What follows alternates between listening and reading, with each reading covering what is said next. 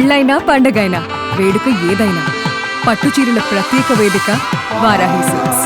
Vaibhav Suryavanshi England టూర్లో అద్భుతమైనటువంటి సిక్స్లు విధ్వంసం కనబరుస్తాడని చెప్పేసి 1000 కళ్ళతో ఎదురు చూస్తున్నటువంటి అభిమానులకు తీవ్ర నిరాశ ఎదురైంది.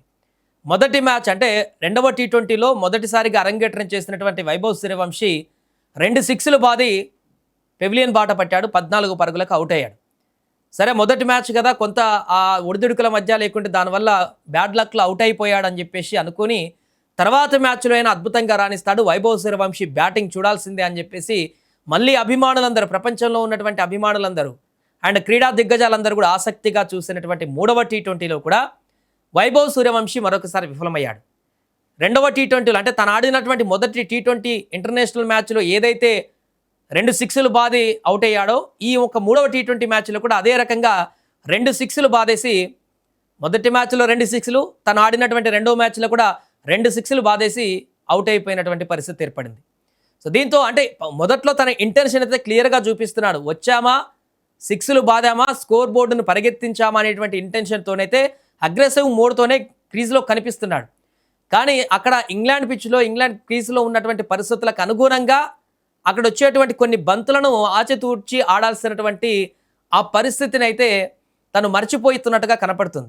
ఏదేమైనా మొదటి 2 మ్యాచ్లే కాబట్టి తనకి ఇంకా కుదురుకోవడానికి సమయం పడుతుంది. కాబట్టి ఆల్రెడీ ఎలాంటి బెరుకు లేకుండా, ఎలాంటి భయం లేకుండా, ఎలాంటి సందేహం లేకుండా తను చక్కగా ఆడుతున్నాడు. మిగతా బ్యాటర్ల కంటే కూడా కాన్ఫిడెన్స్గా క్రీజ్లో నిలబడి వచ్చినటువంటి బంతులని ఆర్చర్ వేసినా ఇంకెవరేసినా కూడా సిక్స్లు బాదడానికే, ఎవరికి భయపడకుండా 15 ఏళ్ల కుర్రాడు, స్కూల్కి వెళ్ళేటువంటి కుర్రాడు, 30 ఏళ్లకు పైగా ఉన్నటువంటి సీనియర్ మోస్ట్ బౌలర్ని, టెస్ట్ బౌలర్స్ని ఎదుర్కొంటూ సిక్సర్లు బాదుతున్నటువంటి పరిస్థితి.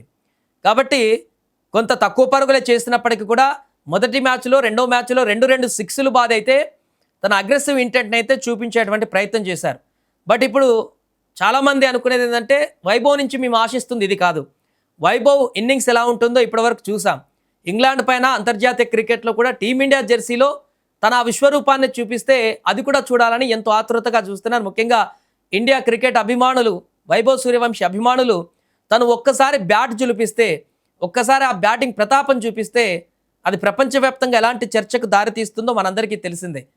మాజీ దిగ్గజాల నుంచి అంతర్జాతీయ క్రికెటర్ల వరకు ఎలాంటి కామెంట్స్ చేస్తారో కూడా మనందరికీ తెలిసిందే.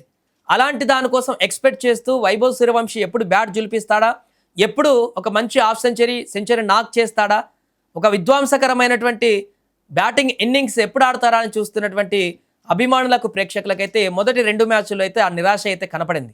మిగతా 2 మ్యాచ్ల్లోనైనా వైభవ్ సూర్యవంశీ తన యొక్క బ్యాట్ జులిపించి కొన్ని రాంగ్ బాల్స్ని సెలెక్ట్ చేసుకొని వాటిని డాట్ చేయడమో, లేకుంటే వాటిని వదిలిపెట్టడమో, లూజ్ బాల్స్ని మాత్రమే హిట్ చేసేటువంటి ప్రయత్నం చేయడమో. ఎందుకంటే ఐపీఎల్ మనం ఒక మ్యాచ్లో చూసాం, వైభవ్ ఓన్లీ హిట్ చేస్తాడు, వచ్చిన బాల్ వచ్చినట్టు కొడతాడు అనుకునేటువంటి అందరినీ కూడా అదంతా తప్పు.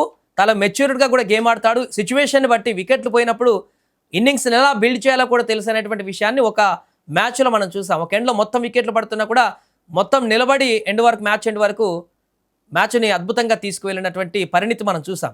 కాబట్టి వైభవ్ కూడా ఇప్పుడు అలాంటి పరిణితి చూపించాల్సిన పరిస్థితి ఉంది. మిగతా టీమ్మేట్స్ల నుంచి, మిడిల్ ఆర్డర్లో కానీ మిగతా టీమ్మేట్స్ల నుంచి ఆశించిన స్థాయిలో భారీ స్కోర్లు సాధించలేకపోతున్న నేపథ్యంలో వైభవ్ వచ్చినటువంటి మొదట్లోనే భారీ హిట్ కొట్టి వెళ్ళిపోకుండా, హిట్ కొట్టడంతో పాటుగా వేస్ట్ బాల్స్ని టచ్ చేయకుండా కొంత మెచ్యూర్డ్గా ఆడాల్సినటువంటి పరిస్థితి అయితే ఇప్పుడు వచ్చింది.